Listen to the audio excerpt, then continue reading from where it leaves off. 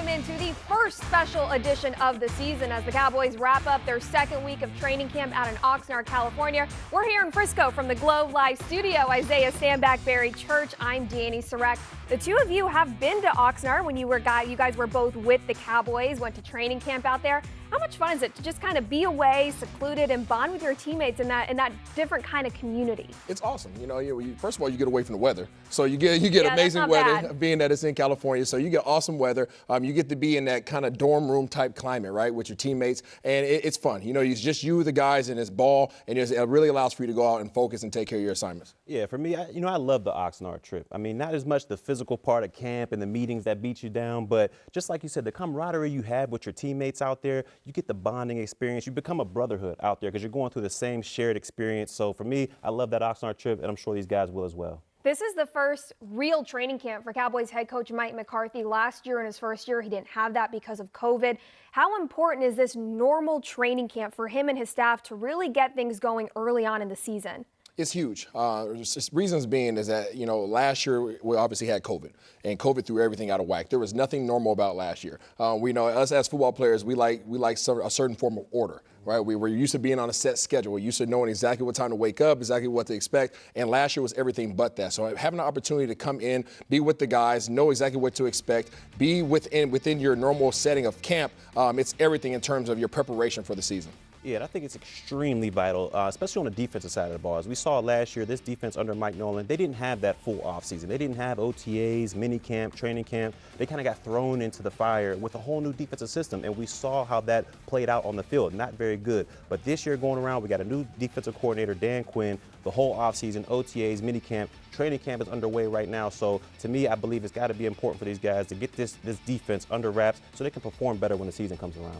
Mike McCarthy didn't have training camp last year. He got that back. He also didn't have quarterback Dak Prescott for most of the year, and he got him back as well. Prescott is coming off that season-ending right ankle injury last October. He was limited, and this part leading up to the preseason through OTAs and minicamp wasn't really participating in those team drills. However, he's a full go at training camp out in Oxnard. Isaiah, what do you need to see from Prescott so you are confident knowing he is back and he's game ready? Yeah, I want to see those hips rotating again, like we saw in warm-ups. No, but Dak's good. We want to see him be able to just react. That's the biggest thing as a quarterback is being able to react because so many things happen in that backfield with guys diving at your ankles, having to step up, having to get out the pocket. He's not just a pocket quarterback. He is very versatile. So we need to see him be able to be mobile, be agile, and be able to take a hit, get up from that thing, shake it off, and know that he's good to go. I think you hit the nail right on the head right there. I need to see him being able to react out there. We've seen throughout these all OTAs and minicamp, no one's really gotten close to him. No one's really gotten close to that ankle.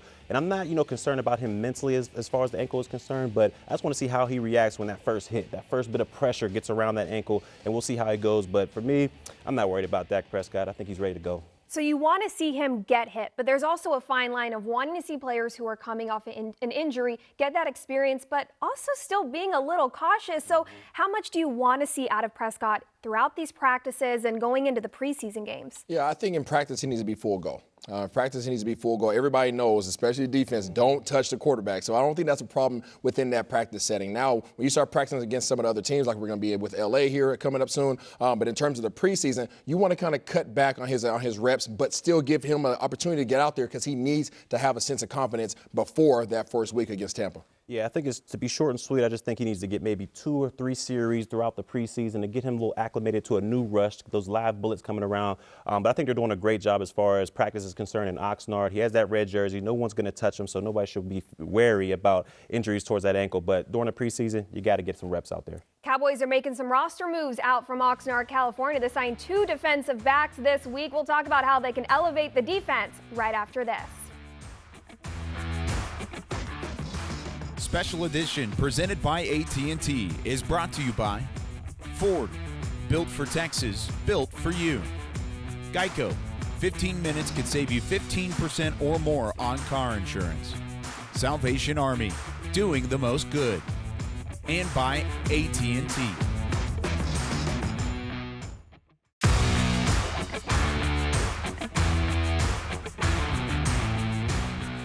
This segment is brought to you by the Texas Lottery. Play the new Gym 7 scratch tickets from the Texas Lottery with top prizes up to $977,000. There's a Gym 7 scratch ticket for everyone, so play today. Welcome back into Special Edition. The Cowboys making some roster moves out from Oxnard, California. They signed cornerback Kyron Brown and also safety Malik Hooker. In order to make room for Hooker on the 90-man roster, they moved offensive lineman Mitch Hyatt to the injured reserve list, who's dealing with a bit of a knee injury. Hooker was the 15th overall drafted by the Indianapolis Colts back in 2017, where he spent the last 4 seasons. He is coming off an Achilles injury he suffered last September. However, head coach Mike McCarthy said Hooker's completely done with his rehab, so he should be good to go here coming up soon. Safety is an area the Cowboys addressed throughout free agency with veterans. J-Ron Hurst, DeMonte Kazee, linebacker Keanu Neal, who was a safety. Isaiah, why is Hooker a good fit for this defense? He's a great pickup. Not only do you get him at a discount, but you also get somebody in there who's going to add some depth and some competitiveness to this group, as well as somebody who is proven in this league. The last thing you want at that safety position is a question mark. And when you get Hooker, what you don't get is a question mark. Only thing you're questioning is his health. But I can tell you, as myself and Barry both understand, we both have had Achilles injuries. You come back bigger, faster, stronger, so there should be no question marks in terms of his health. The boy can ball, and I'm looking forward to seeing him play. Yeah, the boy is definitely a baller out there. I had a chance to go against him when I was with the Jacksonville Jaguars, and he always made it hell for us out there on the defensive side of the ball. But this is a guy that's coming in, and he has a little bit of injury history, but when he's healthy, he's one of the top post safeties there is in the game. And if you know Dan Quinn's system, he usually uses a lot of high hole safety there, and Malik Hooker is a stud at that high hole. But it promotes competition, and that's what Dan Quinn's been talking about pretty much this whole offseason is we need competition at all 3 levels. They've done that with the defensive line, linebackers, and now in the secondary. It looks like it'll be between him and KZ for that whole safety spot. I'm interested to see how it plays out. One defensive back who has stood out so far at training camp is cornerback Trayvon Diggs, who's going into his 2nd year. Here's what Diggs had to say about his goals going into year 2, presented by Nationwide. As far as the 2nd year, I just want to make a significant jump from last year and, capitalize on all the plays that, I didn't capitalize on last year. So, yeah, that's my main focus. I got my hands on 14 balls. I ended up with not 14 interceptions, so that's a problem. It's clear the area Diggs wants to improve on this year, really taking advantage of making more interceptions. Isaiah, what area do you want to see most Diggs improve this year? I want to see his confidence grow in terms of being able to match up man-to-man against the premier receivers in this league. Now, we put him in those situations last year, but he didn't necessarily come out on top, which is expected as a rookie. But he faced some guys that last year that can ball, Julio Jones per se. I'm looking forward to seeing his confidence grow in that area. You heard him just refer to getting his hands on the ball and actually making those things turn into turnovers. I want to see him not only improve there, but purely can he match up man-to-man against guys, as Dan Quinn is starting to talk about shadowing receivers across the field. Yeah, for me, I'm looking for just an uptick in his consistency. I mean, we loved what he has as far as fight and that short-term memory that he has at corner, because he's gotten beat before and he's had ups and downs throughout his rookie year, but he loved his fight. And I just want to see him get a little bit more consistent, have a little bit more ups than there is downs, because I think this guy has the potential to be one of the top corners in the NFL if he maximizes on it. From your experience, how pivotal is it to really capitalize going into year 2 in terms of longevity for a player's career and their role on a team? It's major, and what you want to see is that growth, right? So you hear Barry talked about his growth in terms of not making those same mistakes, right? In terms of capitalizing over opportunities. Well, you want to see him gain not only confidence he's obviously went back and watched film, right? He's seen he got his hands on 14 balls. He's studying film. He's having a lot of reps. He gets to go against some of the best guys in the league, build on that, become more consistent, because in year 2, the expectation of you rises. Yeah, and it looks like this guy, like you said, he's been watching his film, he's been watching the techniques that he's had out there, and what I want to see is just learn from what your mistakes were in the past. If you got beat at the line of scrimmage, putting your hand here, switch it up to the other hand, or work your feet more. If he's able to learn on his mistakes that he's had last year, then I think he'll be able to make that big leap. Don't go anywhere. An exclusive one-on-one interview with Cowboys Chief Operating Officer Stephen Jones is on deck. Stay with us. This segment was brought to you by the Texas Lottery. Play the new Gym 7 scratch tickets from the Texas Lottery with top prizes up to $977,000. There's a Gym 7 scratch ticket for everyone, so play today.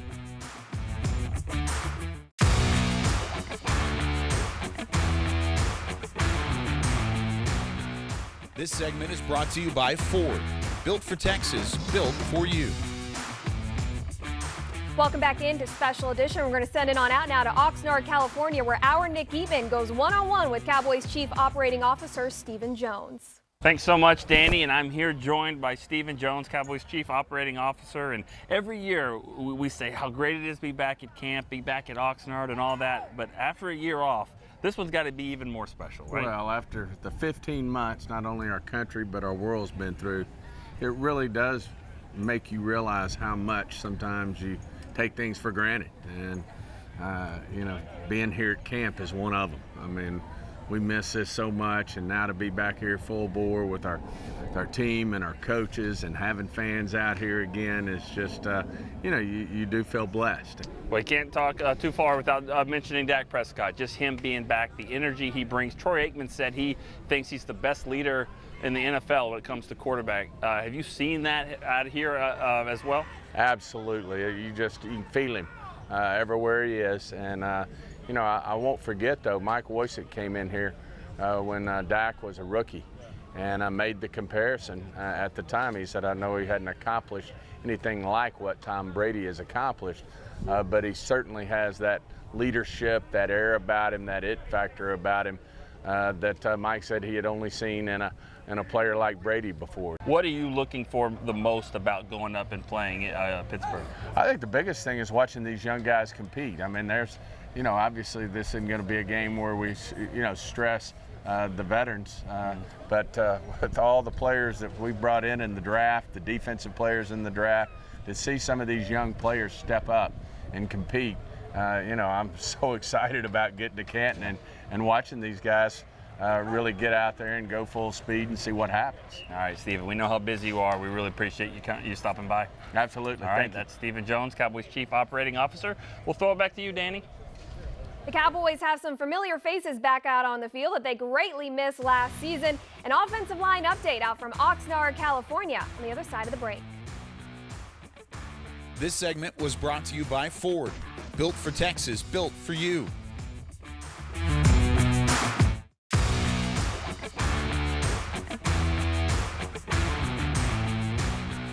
This segment is brought to you by AT&T.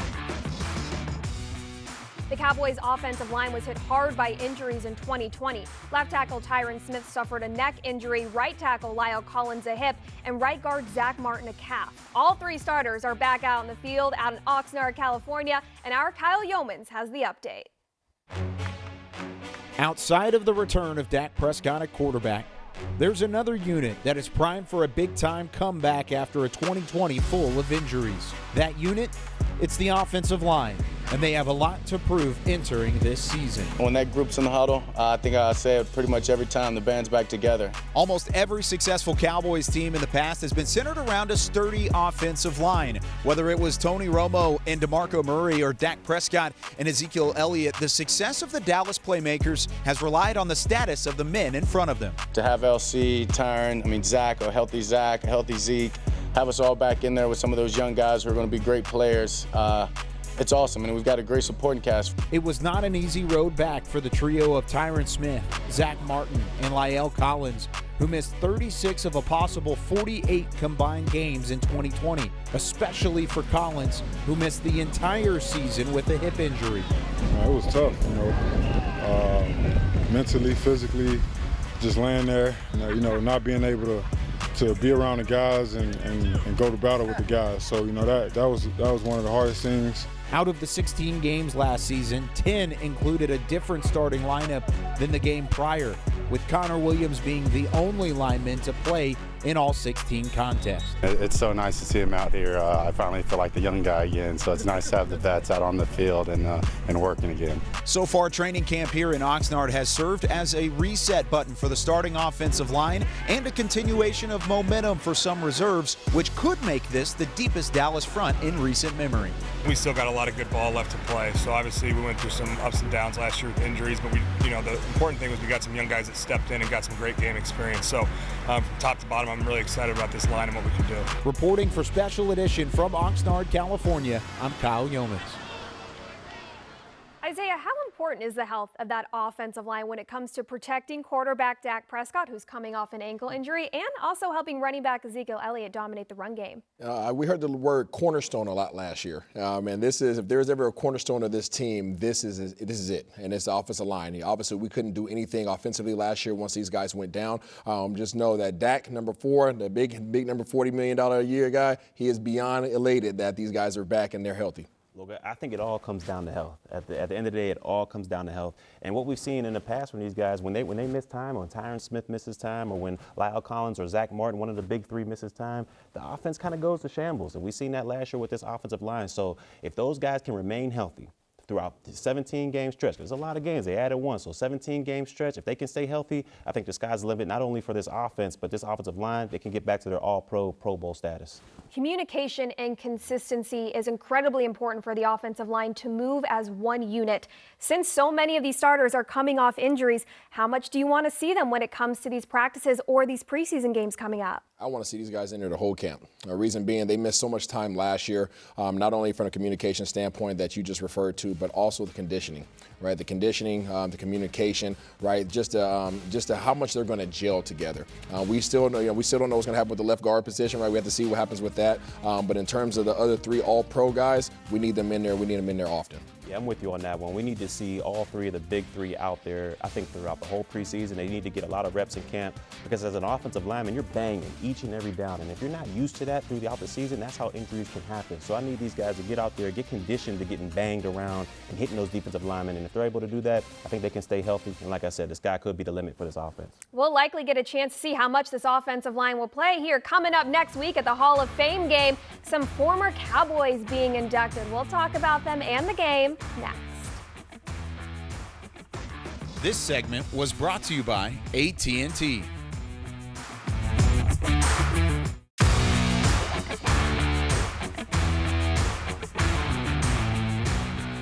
Special edition presented by AT&T was brought to you by Ford, built for Texas, built for you.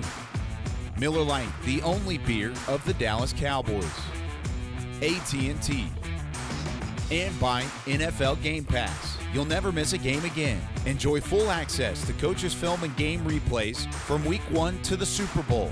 Subscribe at DallasCowboys.com/Game Pass.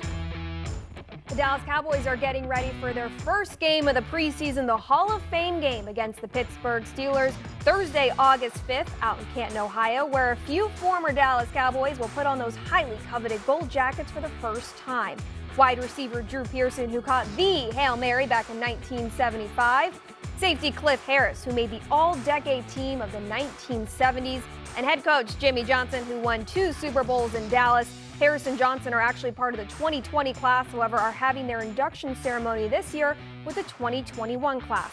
The Hall of Fame game is part of the weekend-long celebration for the newest members of the Hall of Fame. Isaiah, what are the keys for the Cowboys coaching staff and the players for a game like this? Yeah, I think there's 3 things that you want to see your team come out with. And number 1, you want to see your team come out healthy. Number 2, you want your team to be competitive. And then you want to have an idea of what kind of depth that you have, right? We understand who your ones are for the most part, but now you're trying to get an understanding, who do I have behind these guys? Who can I roll into my second string, my third string lines? Secondary is very competitive as well. So you want to have a great idea of what you guys are looking at going into the season. Yeah, I think you're completely right about that. It's definitely about the competitiveness of both the offense and defensive side of the ball, because it's not about wins and losses at all. I mean, like you said, your ones are not going to get a lot of playing time. It'll be your second and third string guys out there. And for me, I just want to know or get a better understanding of how these young players are grasping the playbook. Is there a lot of busts out there coverage-wise on the defensive side of the ball? And when it comes to tackling, I mean, when guys burst through the line of scrimmage during training camp, you're usually getting guys tagging guys off on there. But when the live bullets get flying, you're going to have to bring that man to the ground. So I want to see how these young linebackers and secondary guys tackle out there. And for the most part, just want to see them go out there and be competitive. Barry, you actually played in a Hall of Fame game back in 2010 when a player by the name of Emmitt Smith was inducted. How special was that game? Oh, it was an amazing experience. We got to see Emmitt Smith get enshrined, and that's, to me, one of the best running backs of all time. So I love that experience playing in that Hall of Fame game. Hall of Fame game Thursday, August 5th, Cowboys and the Steelers. Guys, real quick, who's the one player that you are most excited to see back out on the field? I want to see Nashawn Wright. To be honest with you, I know a back out, but I want to see him. I want to see him get his hands on some guys and be competitive out there. I think they're going to lean on him heavily this year. So let's see what them long arms is going to do. And for me, I'm going with secondary as well. I'm going to go with Kelvin Joseph, a.k.a. Boss Man Fat. I mean, I know we had a lot of talking about him in the offseason. I want to see how he goes. Thanks for watching Special Edition. For Isaiah Stanback and Barry Church, I'm Danny Serac.